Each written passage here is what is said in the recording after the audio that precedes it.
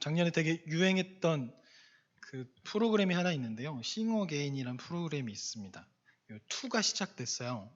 작년만큼 이슈가 아닌 것 같은데 그 가운데 24호라는 가수가 나왔거든요. 24호가 나와서 자신의 팬클럽 이름이 기적이래요.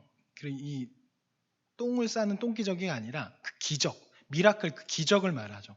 자신의 팬클럽의 이름이 기적이라는 거죠. 그 기적이라는 팬클럽한테 부끄럽지 않기 위해서 노래하러 나왔다라고 이야기하는데 팬클럽의 이름이 왜 기적이냐면 그 24호 가수의 이름이 모세예요.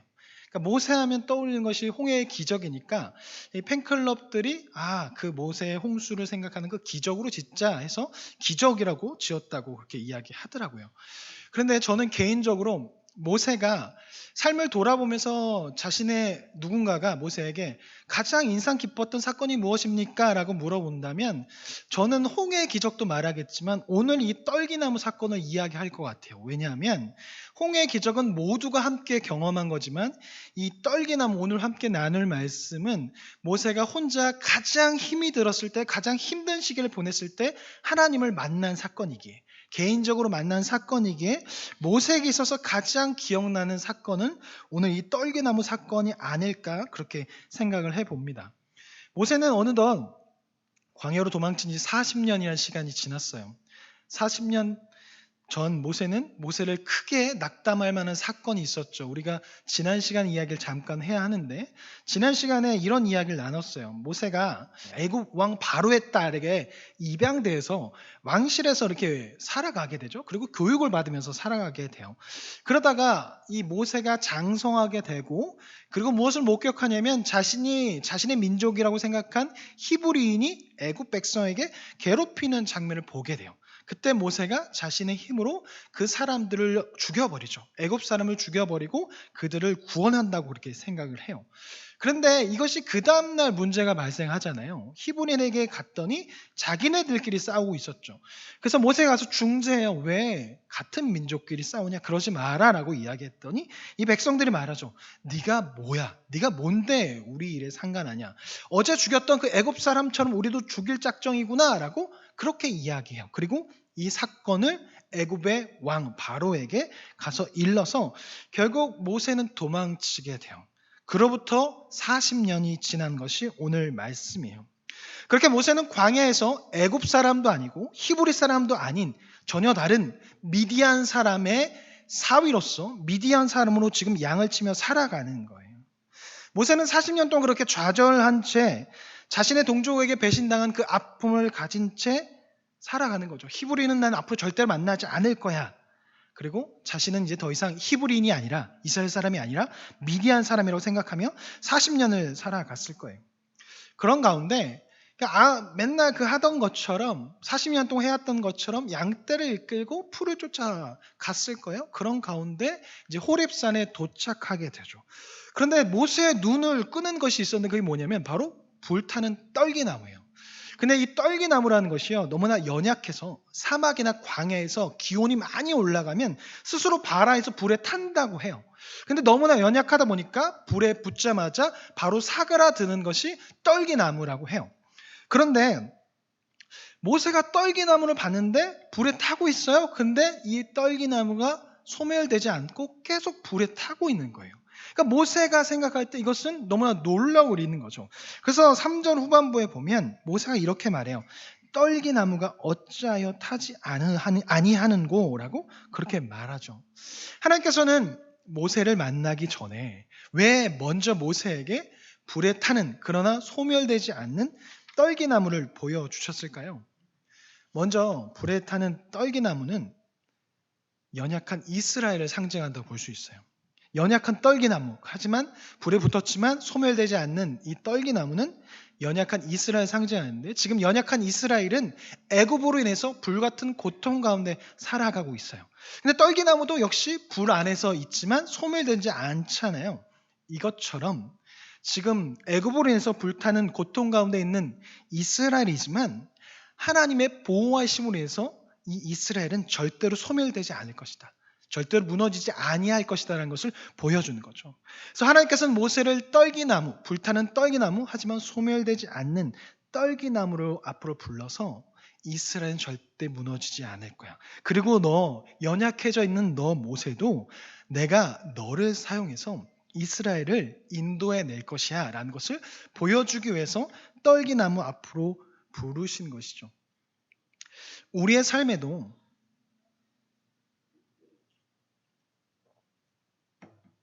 때론 죽을 것 같고 너무나 고통스러운, 끝나지 않을 것 같은 고통 속에 빠져서 살 때가 많이 있습니다. 벗어나려고 해도 벗어나지 않는 그런 시기를 보낼 때가 있는데, 또한 나의 연약한 모습으로 인해서 고통 가운데 살아갈 때가 있습니다. 그때 우리는 생각해야 돼요. 이 불타는 떨기나무. 불타는 떨기나무, 하지만 소멸되지 않는 떨기나무, 그리고 그 앞에 서 있는 모세를 생각하면서 그 모세를 사용하셔서 이스라엘 건져내신 것을 기억하면서 우리는 그 하나님을 생각하고 또 우리 안에 계신 이 구원하신 그 하나님이 우리 안에 계신 하나님이라는 것을 기억하며 우리가 그 하나님 안에 거할 때 그 고통 가운데 이겨낼 수 있다는 것을 기억하면서 살아가야 돼요. 오늘 본문이 나의 믿음이 될 수 있도록 기도해야 돼요. 우리의 신앙생활은 말씀을 통해서 하나님에 대해서 배우고 그 배운 것을 기도를 통해서 믿음으로 만드는 훈련을 해야 돼요. 그렇게 살아갈 때 우리는 고통 가운데서도 온전히 하나님을 바라볼 수 있습니다. 또한 여기서 불은요, 하나님을 상징해요. 출애굽기 안에서 그리고 광야에서 불은 하나님의 인도하심과 보호하심을 나타낼 때 자주 사용되는데요. 출애굽기 14장 24절에 보면 이스라엘 백성이 홍해를 건너요. 홍해가 갈라지고 홍해를 건너요. 근데 뒤에서 애굽의 군사들이 쫓아오죠. 그때 하나님께서 불기둥과 구름기둥을 사용하셔서 애굽 백성을 혼잡케 해요. 그래서 이스라엘 백성을 건너게 하죠. 그리고 홍해를 건너고 난 후에도 어떻게 하시죠? 낮에는 구름기둥으로 보호하고 인도하시고 밤에는 불기둥으로 인도하시고 보호하세요. 하나님은 불같이 강력한 분이시기 때문에 강력한 애국 군사를 없애버리셨어요. 하지만 하나님은 불같이 따뜻한 분이셔서 이스라엘에게 따뜻한 불이 되어주셔서 이스라엘을 보호하셨죠. 그런데 우리는 그런 생각이 있어요. 구약의 하나님은 무서운 분, 신약의 예수님은 사랑 그 자체라고 생각해요. 그런데 교리적으로 보면 이건 잘못된 거예요. 왜냐하면 삼위일체 하나님이잖아요. 하나님, 예수님, 성령님 같은 분이에요. 세 분이지만 한 분이에요. 그런데 하나님은 무섭고 예수님은 사랑. 이것은 뭔가 모순이 있는 거죠. 우리가 성경 안에서 구약에 대해서 잘못 알고 있기 때문이에요. 구약을 보면요, 심판하신 하나님보다 사랑하시고 인내하시고 참으신 하나님이 훨씬 더 많이 있어요. 이스라엘 백성이 한 번 죄 지었다고 심판받았을까요? 몇 번 지었다고? 몇 년 지었다고? 그렇지 않아요. 수십 번, 수백 번, 수천 번, 수만 번 죄를 지었고 수백 년 동안 죄를 지었을 때 하나님은 참고 참으시다가 그제서야 심판하신 거예요. 하나님께서 심판하신 건요, 정말 오랜 기다림 가운데 심판하신 것이죠. 그렇기에 하나님은 이스라엘 백성을 사랑하셔서 인내하시다가 수백 년 동안 참으시다가 경고하시기 위해서 심판하신 거죠. 왜냐하면 하나님은 불같은 강력한 분이시기에 죄에 있어서는 단호하게 불을 태우세요. 하지만 불같이 따뜻한 하나님은 인간을 따뜻하게 보호하신 분이라는 거죠. 우리는 그 불같이 따뜻한 하나님 품에 안기는 우리가 되어야 할 거예요. 이제 모세는 불타는 떨기나무 앞으로 다가가요. 그때 하나님의 음성이 들려줘. 모세야, 모세야. 그때 모세가 대답해요. 내가 여기 있나이다. 그때 하나님께서 모세에게 말하죠. 네가 서 있는 곳은 거룩한 땅이니 네 발에서 신을 벗으라 라고 말씀하세요. 근데 고대 근동에서 신을 벗는 것은 높은 권위자에 대한 예법이었다고 하고, 종도는 그래서 주인 앞에 설 때 항상 신을 벗고 갔다고 해요. 그리고 제사장들이 성소 안에서 하나님의 직무를 할 때 신발을 벗고 들어갔다고 해요. 그래서 손과 발을 닦고, 신을 벗고 손과 발을 닦고 들어가서 하나님의 직무를 했다고 하는 거죠. 왜냐하면 그 성소는 하나님이 임재한 곳이기 때문에. 지금도 마찬가지라는 거죠. 하나님을 만난 떨기나무 앞에서 만난 모세는 지금 그곳이 하나님이 임재한 곳이기 때문에, 전능하신 하나님이 계신 곳이기 때문에 모세는 신을 벗고 하나님을 맞이한 거예요. 하나님을 맞이하는 그 모세에게 하나님께서 6절에 보면 이렇게 말씀하세요. 내 조상의 하나님이니 아브라함의 하나님, 이삭의 하나님, 야곱의 하나님이다 라고 그렇게 소개하세요. 자신을 소개하세요. 왜 이렇게 소개하셨을까요? 여러 가지 해석이 있겠지만 저는 이렇게 생각해요. 첫 번째는 세 명의 조상에게 공통점이 있어요. 세 명 모두 다 고통의 길 가운데, 고난의 길 가운데 하나님을 만났다는 거죠. 고난 가운데 하나님의 일하심을 경험했다는 것. 두 번째는 세 명 모두 다 아내가 불임을 경험했어요. 생명을 낳지 못하는 어려움을 경험했어요. 사라와 리브가 아기를 낳지 못해서 고생했어요.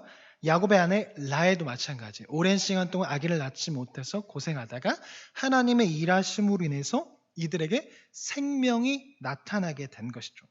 그래서 이 세 조상 모두 고난길 가운데 하나님을 만났고 새로운 생명을 하나님의 은혜로 인해서 얻게 된 자들이 바로 이 세 조상이죠. 그래서 모세가 하나님께서 모세에게 지금 조상들의 하나님을 언급하고 있는 것은 바로 이거예요. 모세가 지금 미디안 사람으로 살아가고 있단 말이에요. 그래서 어쩌면 지금 미디안의 제사장 이드로의 사위예요. 그럼 미디안 우상의 제사장의 사위로 들어갔다면 그 밑에서 우상을 숭배했을 거란 말이에요. 그렇기 때문에 지금 어쩌면 모세는 야훼 하나님을 섬기고 있는 것이 아니라 미디안의 우상을 숭배하고 있었을 거예요. 그런 모세에게 가서 하나님 말씀하는 거야. 모세야, 너는 미디안 사람이 아니야. 너는 미디안의 우상을 섬기는 미디안 사람이 아니고 이스라엘 사람이야. 내가 고통 가운데 너희 조상이 하나님을 건진 것처럼 내가 너도 건질 거야 라고 이야기하는 거죠. 그래서 하나님께서 말씀하시는 거예요. 아브라함에게 했던 그 약속이 이제 이삭을 지나 야곱을 지냐 이제 너를 통해서 이루어질 거야 라고 말씀하시는 거죠. 지금 미디안 사람으로 미디안 제사장 밑에서 미디안 우상을 섬기며 살아가고 있지만 너는 이스라엘 사람이야. 너의 정체성은 이스라엘 사람이야 라고 말씀하는 거죠. 너는 내 백성이기에 내가 너를 통해서 너 모세를 통해서 그 세 조상에게 생명을 준 것처럼 너를 통해 이스라엘에 새로운 생명을 줄 거야 라고 말씀하는 거죠. 그래서 모세는 어쩌면 지금 하나님을 섬기지 않았어요. 40년 동안 하나님이 아닌 미디안의 우상을 섬겼기 때문에 그 하나님 앞에 볼 수 없어서 두려워서 얼굴을 가렸던 거죠. 그러면서 하나님은 모세에게 말씀하세요. 내가 너를 이스라엘 보내서 구원케 할 거야. 내가 왜냐하면 이스라엘의 부르짖음을 들었고 고통을 보았고 그들의 감독자로 인해서 울부짖는 것을 들었기 때문에 내가 너를 보내는 거야. 400년 동안 하나님께서 그들의 부르짖음을 들었다는 거예요. 근데 이제 때가 되어서 그 부르짖음에 응답하겠다고 말씀하는 거죠. 이스라엘 백성이 광야에 나왔어요. 400년 동안 애굽에서 살았어요. 그러다가 광야로 나왔어요. 이 사람들이 이스라엘 사람일까요? 애굽 사람일까요? 정체성은 이스라엘 사람일 거예요. 그런데 그들이 하는 행동과 그들의 언어와 그들의 여러 가지 모든 문화와 모든 생활 방식은 애굽 사람이었을 거예요. 애굽 사람의 문화가 자리 잡혀 있고 애굽에서 섬기는 우상이 그들 안에 있었을 거예요. 그래서 그들이 뭐래요? 툭 하면 우리 애굽으로 돌아가자. 애굽으로 돌아가게 해주세요. 마치 자신의 고향으로 돌아가자고 하는 것처럼 애굽으로 돌아가자고요. 왜? 그들은 400년 동안 애굽 사람으로 살아갔거든요. 생각해 보세요.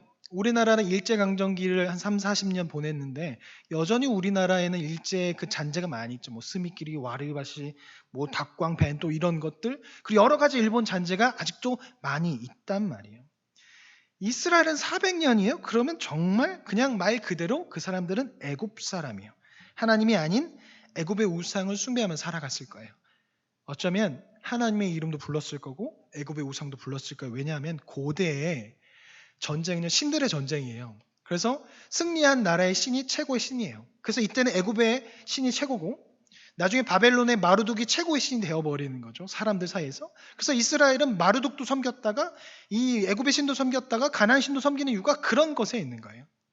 아마 애굽에서 살았던 400년 이상 살았던 이스라엘 백성은 그 애굽에서 애굽 사람처럼 애굽의 우상을 숭배하며 살아갔을 거예요. 그리고 하나님이 아닌 하나님에게도 하고 다른 우상에게도 열심히 부르짖었을 거예요. 그럼에도 불구하고 하나님께서 이스라엘 백성의 부르짖음을 들으세요. 왜냐하면 하나님의 성품상 하나님은 고난받는 자의 부르짖음을 외면하지 못하시기 때문이에요. 출애굽기 22장 22, 23절에 보면 이렇게 나와 있어요. 너는 가부나 고아를 해롭게 하지 말라. 내가 만일 그들을 해롭게 함으로 그들이 내게 부르짖으면 내가 반드시 그 부르짖음을 들으리라 라고 말씀하고 계세요. 고통 가운데 연약한 자의 부르짖음을 들으신다는 거죠. 시편 34편 17절에 이렇게 말씀하세요. 의인이 부르짖음에 여호와께서 들으시고 그들의 모든 환난에서 건지셨도다. 하나님께서 부르짖는 자의 고통받는 자의 울부짖음을 들으신다는 거예요. 성경에 보면 이런 것이 엄청 많이 나와 있죠. 출애굽기 안에서도 나와 있어요. 홍해를 건너자마자 어떤 일이 벌어지죠? 먹을 것이 없는 거예요. 배고픔의 고통 가운데 이스라엘 백성이 울부짖어요. 그때 하나님께서 만나와 메추라기를 보내셔서 배불리 먹이시죠. 그리고 또 목이 마른 거예요. 갈증의 고통 가운데 있을 때 울부짖었을 때 반석을 깨트려서 물을 주시죠. 마라의 쓴물을 단물로 바꿔주세요. 울부짖음을 들으시고 고통 가운데 있는 자의 울부짖음을 들으시는 하나님이죠. 사사기에도 보면 하나님이 계속 들으세요. 사사기 패턴이 이렇게 돼 있어요. 이스라엘 범죄를 저질러요. 계약이 깨져서 결국 이방인의 침략이 허용돼요. 고통 가운데 이스라엘 백성이 하나님께 간구해요. 하나님이 사사를 보내셔서 이스라엘 백성을 구원하세요. 평화가 찾아와요. 거기서 끝나면 좋겠지만 끝나지 않잖아요. 다시 죄를 저질러요. 이방이 침략해요.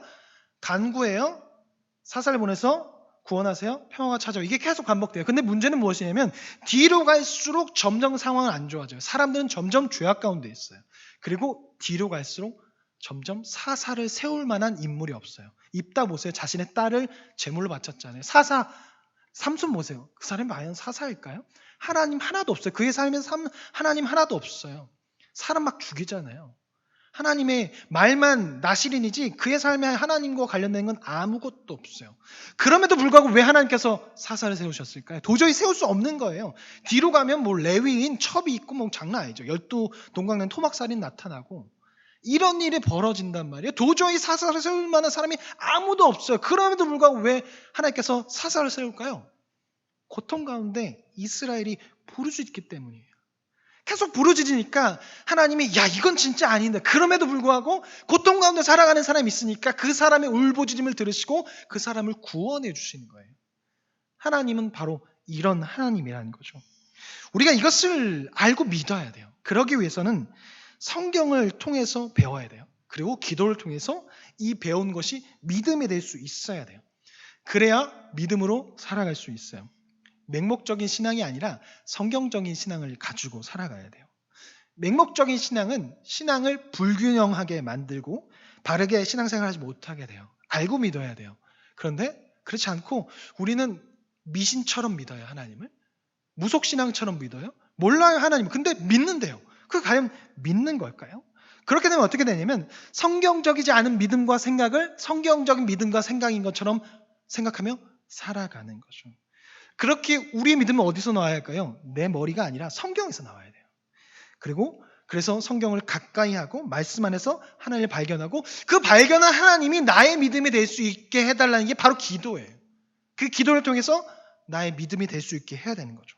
하나님 말씀 안에 계신 그 하나님이 내 안에 계신 하나님인데 이것이 믿어질 수 있도록 내 안에서도 역사할 수 있게 해달라고 우리는 기도해야 할 것입니다.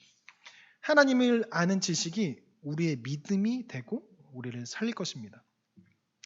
하나님께서 이렇게 모세에게 자신을 소개하셨잖아요. 아브라함의 하나님, 이삭의 하나님, 야곱의 하나님이라고 소개하셨어요. 그리고 내가 너를 통해서 구원할 거야. 엄청나게 하나님께서 모세를 인도하고 모세를 지도자로 세우기 위해서 계속적으로 어떻게 보면 꼬시고 설득하잖아요. 근데 띠용하는 게 나오죠. 모세가 거절해요. 하나님이 나 이런 사람이야. 그리고 내가 너를 사용해 쓸 거다? 라고 그렇게 이야기하시는데 모세가 거절해요. 뭐라고 말하냐면 내가 누구이기에 바로에게 가며 이스라엘 자손을 애굽에서 인도합니까? 라고 반문해요. 왜냐하면 모세가 이전에 어떤 일을 경험했죠? 자신이 민족이라고 생각했던 히브리인에게 완전히 배신당했어요. 자신의 모든 지위를 걸고 위치를 걸고 히브리인을 도와줬는데 고마워하기는커녕 일러 바쳐서 자신의 위치를 박탈시켜 버렸던 사람이 히브리인이에요.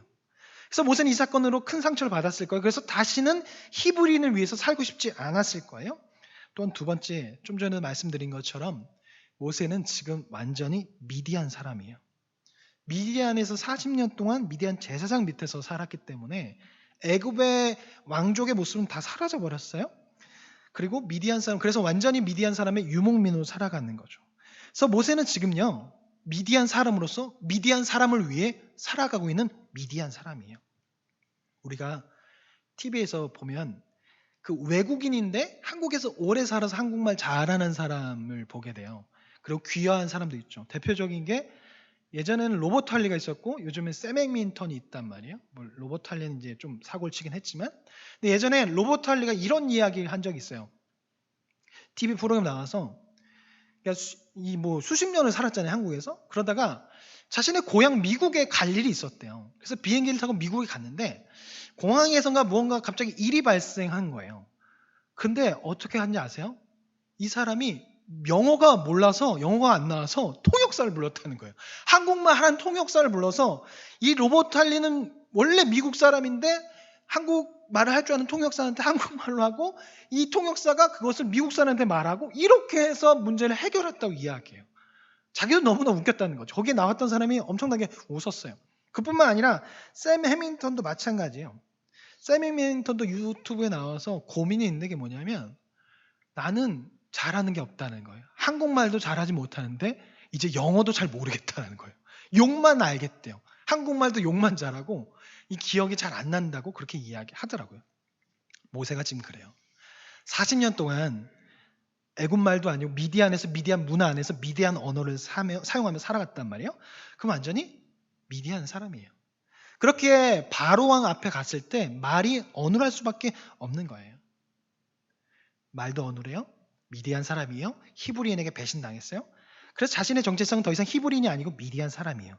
그러니 모세는 하나님께 반문하는 거예요. 나는 애굽 사람이 아니에요. 근데 왜 내가 애굽 사람인 바로에게 갑니까? 내가 애굽 사람이었을 때 오셨어야죠. 이미 늦었습니다. 나는 미디안 사람입니다. 그렇게 나는 히브리인을 그 바로에게서 꺼내올 만한 능력이 없습니다.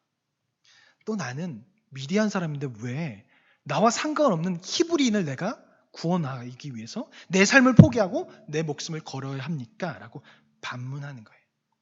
모세는 더 이상 중재자가 되고 싶지 않았어요.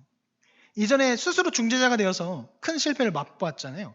그렇기 때문에 더 이상 중재하고 싶지 않고 히브리인을 위해서 살고 싶지 않았어요.